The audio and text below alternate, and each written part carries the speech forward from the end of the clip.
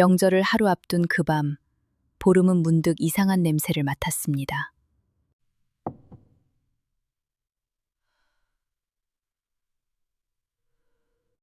이럴 수가. 며칠 밤을 새워가며 빚은 것인데.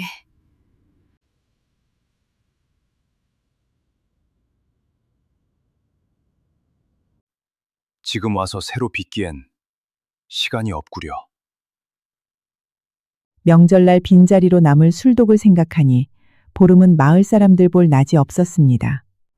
그런데 다음 날, 뜻밖의 발걸음들이 두 사람의 움집 앞을 찾아왔습니다. 수천 년의 시간 속에는 수많은 이야기가 존재했습니다. 왕의 이야기뿐만 아니라 이름 없는 사람들의 이야기도 있었습니다. 지금 그 이야기를 시작합니다. 그 겨울을 넘긴 지도 여러 해가 흘렀습니다. 마을 사람들의 도움으로 위기를 넘긴 그의 겨울의 기억은 이제 두 사람에게 아득한 옛일이 되어 있었습니다.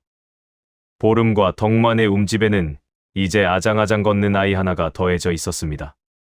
아이의 웃음소리가 화덕곁을 채울 때마다 보름은 지난 시절의 고단함도 조금은 잊을 수 있었습니다. 아이가 뒤뚱거리며 걸음마를 뗄 때마다 온 집 안이 웃음으로 가득 찼습니다. 식구가 늘면서 마련해야 할 것도 함께 늘었습니다. 아이의 작은 옷 한 벌, 겨울을 날 곡식 한 톨까지 예전보다 훨씬 손이 많이 갔습니다. 보름은 예전보다 훨씬 자주 가락바퀴 앞에 앉았고 덕만의 밭일도 그만큼 바빠졌습니다. 예전 같으면 두 사람 몫이면 충분했던 살림이 이제는 세 식구의 몫이 되어 있었습니다. 곡간을 채우는 일도 옷을 짓는 일도 모두 예전의 2배는 되어야 했습니다. 보름은 아이에게 무엇을 먹일지 늘 고민이었습니다. 어른들처럼 거친 잡곡밥을 그대로 먹이기엔 아직 일렀지요. 그래서 곡식을 가루 내어 묽게 죽을 쑤어 먹이곤 했습니다. 조와 쌀을 곱게 갈아 오래 끓인 죽은 아이의 여린 잇몸에도 부드럽게 넘어갔습니다. 아이가 그 죽을 곧잘 받아 먹는 날이면 보름의 얼굴에도 웃음이 번졌습니다. 그러던 어느 날 마을 원로가 사람들을 모아 알렸습니다. 이번 보름달이 뜨면 하늘에 감사를 올리는 큰 잔치를 벌일 것이오. 마을 공터에 모인 사람들 사이로 낮은 웅성거림이 번졌습니다. 마을 전체가 오랜만에 들뜬 분위기에 휩싸였습니다. 아이를 안고 그 소식을 들은 이웃들도 저마다 반가운 얼굴로 이야기를 주고받았습니다. 보름 역시 그 소식에 마음이 설렜습니다. 명절을 앞두고 집집마다 분주해졌습니다. 잔치에 내놓을 음식과 새로 지어 입을 옷까지까지 준비할 것이 한둘이 아니었습니다. 보름은 이번 명절만큼은 아이에게 새 옷 한 벌을 지어주고 싶었습니다. 지난 겨울 물려받은 헌 옷만 입혀온 것이 내내 마음에 걸렸기 때문입니다. 다른 집 아이가 고운 새 옷을 입고 뛰노는 모습을 볼 때마다 보름의 마음 한구석이 시큰했습니다. 하지만 아이를 돌보며 그 많은 일을 해내기란 쉽지 않았습니다. 덕만도 밭일을 마치고 돌아오면 녹초가 되기 일쑤였습니다. 그런데도 그는 저녁상을 물리고 나면 아이를 무릎에 앉히고 잠재우는 일을 마다하지 않았습니다. 보름은 밤늦게까지 화덕 곁에 앉아 손을 놀렸습니다. 어둠 속에서 실을 고르는 손끝이 몇 번이고 어긋났습니다. 눈꺼풀이 무거워도 명절 전까지는 어떻게든 끝내야 했습니다. 그런 보름을 보다 못한 이웃 안악이 찾아와 아이를 잠시 봐주겠다고 나섰습니다. 자네는 손이 10개라도 모자랄 텐데 아이는 내가 볼 터이니 어서 일이나 하시게. 보름은 고마운 마음에 몇 번이고 고개를 숙였습니다. 아이도 낯익은 이웃 품에서는 울지 않고 곧잘 놀았습니다. 그렇게 이웃들의 도움을 받아가며 보름의 명절 준비는 조금씩 속도가 붙기 시작했습니다. 덕만 역시 짬을 내어 땔감을 넉넉히 마련해 두었습니다. 지붕을 손보는 이, 항아리를 나르는 이, 저마다 손이 바빴습니다. 명절을 앞둔 마을 전체가 저마다의 방식으로 서로를 거들고 있었습니다. 가장 먼저 시작한 것은 장을 담그는 일이었습니다. 콩을 삶아 찌은 뒤 덩이로 빚어 말리고 이를 다시 소금물에 담가 오래 삭히는 일이었지요. 보름의 어머니가 물려준 손맛이라며 마을 안악들은 서로의 장독을 구경하며 이야기꽃을 피웠습니다. 누구네 장이 더 잘 사갔는지를 두고 웃음 섞인 실랑이가 오가기도 했습니다. 콩을 삶는 냄새가 마을 전체에 퍼져 지나가는 이들마다 코를 킁킁거렸습니다. 장은 하루 이틀 만에 되는 것이 아니었습니다. 여러 달을 항아리 안에서 삭혀야 비로소 제맛이 났습니다. 보름은 매일 아침 장독 뚜껑을 열어 상태를 살폈습니다. 볕이 좋은 날에는 뚜껑을 활짝 열어두고 비가 오는 날에는 서둘러 덮개를 씌웠습니다. 그 정성이 쌓여야만 명절상에 올릴 만한 장이 완성되는 것이었습니다. 다음으로는 술을 빚을 차례였습니다. 곡식을 쪄서 누룩과 섞어 항아리에 넣고 따뜻한 곳에 두어 발효되기를 기다렸습니다. 덕만은 처음 해보는 일이라 서툴렀지만 이웃 어른의 손짓 하나하나를 눈여겨보며 따라했습니다. 누룩을 빻는 손에 힘이 잔뜩 들어가 몇 번이고 어른의 핀잔을 듣기도 했습니다. 며칠이 지나자 항아리에서 은은하게 향긋한 냄새가 피어오르기 시작했습니다. 보름은 그 냄새를 맡으며 어쩐지 명절이 성큼 다가온 것을 실감했습니다. 항아리 뚜껑 틈으로 스며나오는 그 냄새가 하루하루 짙어지는 것이 느껴졌습니다. 아이도 그 냄새가 신기한지 항아리 곁을 맴돌며 코를 킁킁거렸습니다. 보름은 혹시라도 아이가 항아리를 건드릴세라 곁에서 눈을 떼지 않았습니다. 명절이 가까워지자 보름은 곡식 가루를 반죽해 시루에 안치고 떡을 찌기 시작했습니다. 뜨거운 김이 움집 안 가득 퍼지고 고소한 냄새가 문틈 사이로 새어나갔습니다. 보름은 이마에 맺힌 땀을 훔치며 시루 안을 몇 번이고 들여다보았습니다. 지나가던 이웃 아이들이 그 냄새를 맡고는 문 앞을 서성이기도 했습니다. 보름은 그 모습이 귀여워 웃으며 손짓해 불러들이기도 했습니다. 갓 쪄낸 떡 한 조각을 보름은 아이의 입에 먼저 넣어주었습니다. 아이가 오물오물 씹는 모습에 보름은 그제야 마음이 놓였습니다. 뜨거운 떡을 호호 불어 식혀가며 건네는 그 손길에는 여느 때보다 다정함이 묻어났습니다. 남은 떡은 이웃집에도 조금씩 나누어 돌렸습니다. 이웃들도 저마다 갓 찐 떡을 들고 와 답례를 하니 어느새 움집 앞에는 떡 광주리가 여러 개 쌓였습니다. 명절 전부터 이미 마을 곳곳에는 떡 나누는 정이 오가고 있었습니다. 음식 준비와 함께 보름은 아이에게 지어줄 새 옷감도 짜야 했습니다. 대마 껍질을 벗겨 실을 만들고 배틀에 앉아 밤낮으로 배를 짰습니다. 북이 오가는 소리가 밤늦도록 움집 안에 나직이 울려 퍼졌습니다. 손끝이 아려도 아이가 새 옷을 입고 좋아할 모습을 떠올리면 김이 났습니다. 보름은 완성된 삼배를 붉은 흙과 풀즙으로 물들였습니다. 몇 번이고 물에 담갔다 말리기를 반복하며 빛깔이 고르게 배어들도록 정성을 쏟았습니다. 소박하지만 은은한 빛깔이 옷감에 배어들었습니다. 아이의 작은 몸에 맞춰 옷을 짓는 보름의 손길에는 여느 때보다 정성이 가득 담겨 있었습니다. 바늘땀 하나하나를 고르며 보름은 아이가 자라 이 옷을 물려 입을 동생을 상상해보기도 했습니다. 드디어 명절 전날 밤이 되었습니다. 장과 술, 떡과 새 옷까지 오랜 시간에 걸쳐 준비한 것들이 하나둘 갖추어져 있었습니다. 보름과 덕만은 나란히 앉아 그간의 수고를 서로 다독였습니다. 화덕 불빛 아래 나란히 놓인 장독과 술독, 곱게 개켜둔 새 옷을 보며 두 사람은 뿌듯한 미소를 지었습니다. 그런데 그날 밤, 보름은 문득 이상한 냄새를 맡았습니다. 여느 때와 다른 시큼한 기운이 화덕격까지 흘러들었습니다. 애써 빚은 술 항아리에서 시큼한 냄새가 올라오고 있었던 것입니다. 보름은 서둘러 항아리 뚜껑을 열어보았습니다. 안에 있던 술은 이미 쉬어버린 뒤였습니다. 보름은 그 자리에 털썩 주저앉고 말았습니다. 며칠 밤을 새워가며 정성껏 빚은 술이 하루아침에 못쓰게 되어버린 것이었습니다. 덕만도 그 앞에서 할 말을 잃었습니다. 밤새 온도를 살피며 정성을 쏟았던 시간이 한꺼번에 물거품이 된 기분이었습니다. 이대로라면 명절상에 술 한 잔 올리지 못할 처지였습니다. 보름은 밤새 잠을 이루지 못했습니다. 명절날 빈자리로 남을 술독을 생각하니 마을 사람들 볼 낯이 없었습니다. 덕만은 그런 보름의 손을 가만히 잡아주었지만 딱히 뾰족한 수는 없었습니다.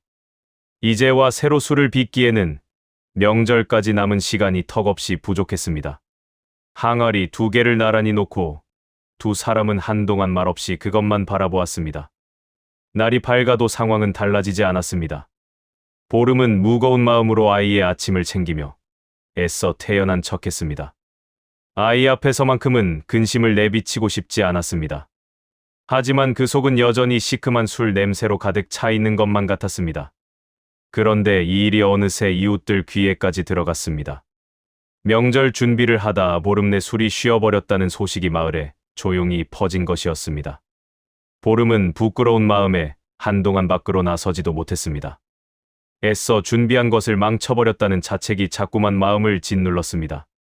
그런데 그날 오후 뜻밖에도 이웃집 아낙 하나가 술 단지를 들고 보름의 움집을 찾아왔습니다.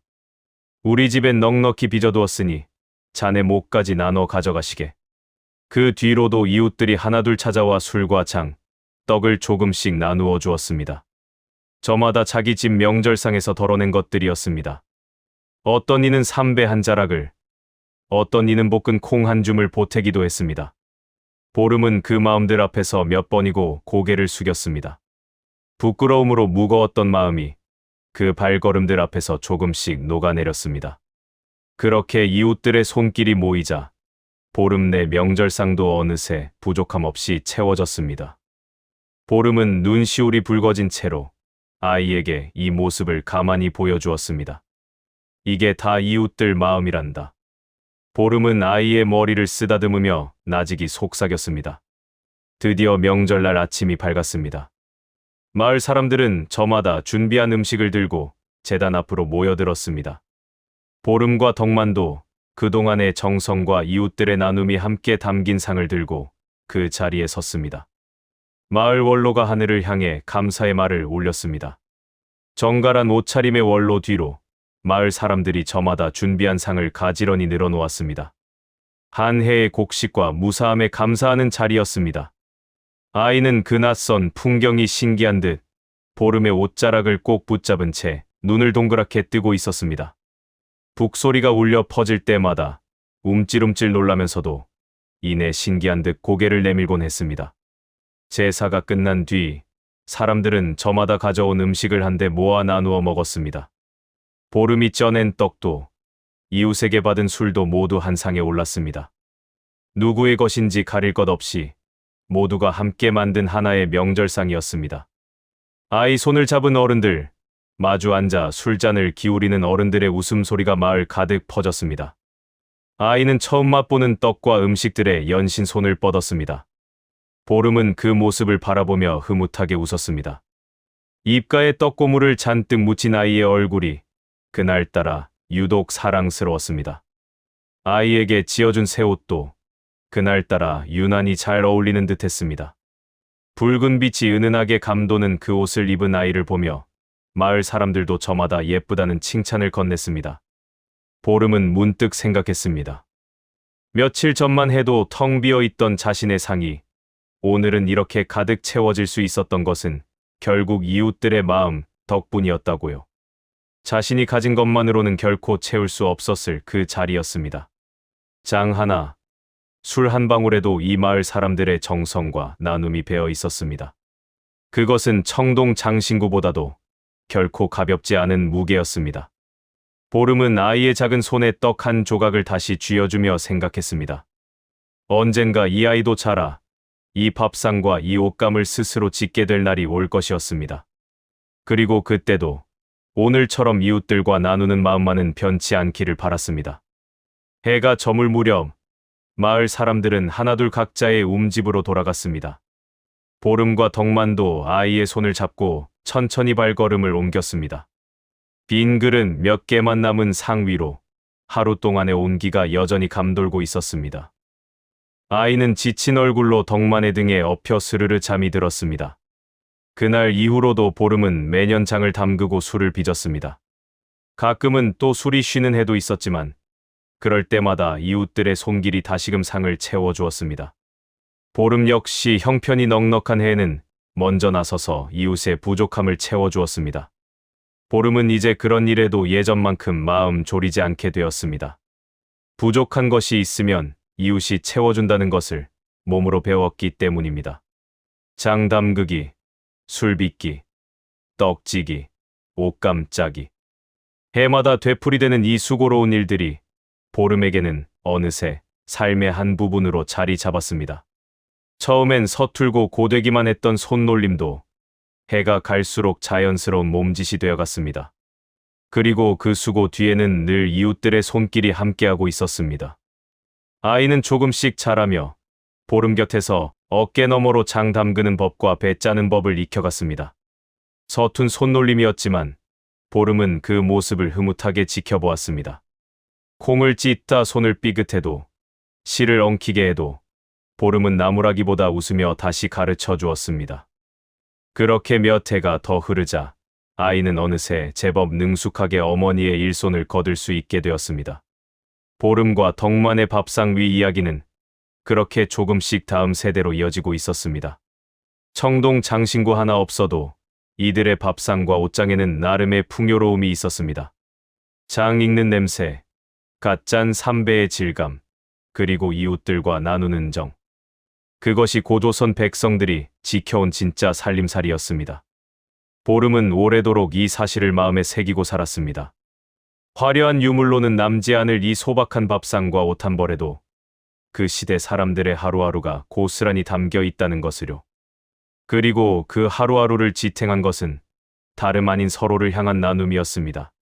장독과 배틀은 세월이 흐르며 흙으로 돌아갔습니다. 하지만 그 안에 담겼던 정성과 나눔의 마음만은 이야기가 되어 오래도록 전해졌습니다. 그것은 유물로는 결코 남길 수 없는 그 시대 사람들만의 진짜 재산이었습니다.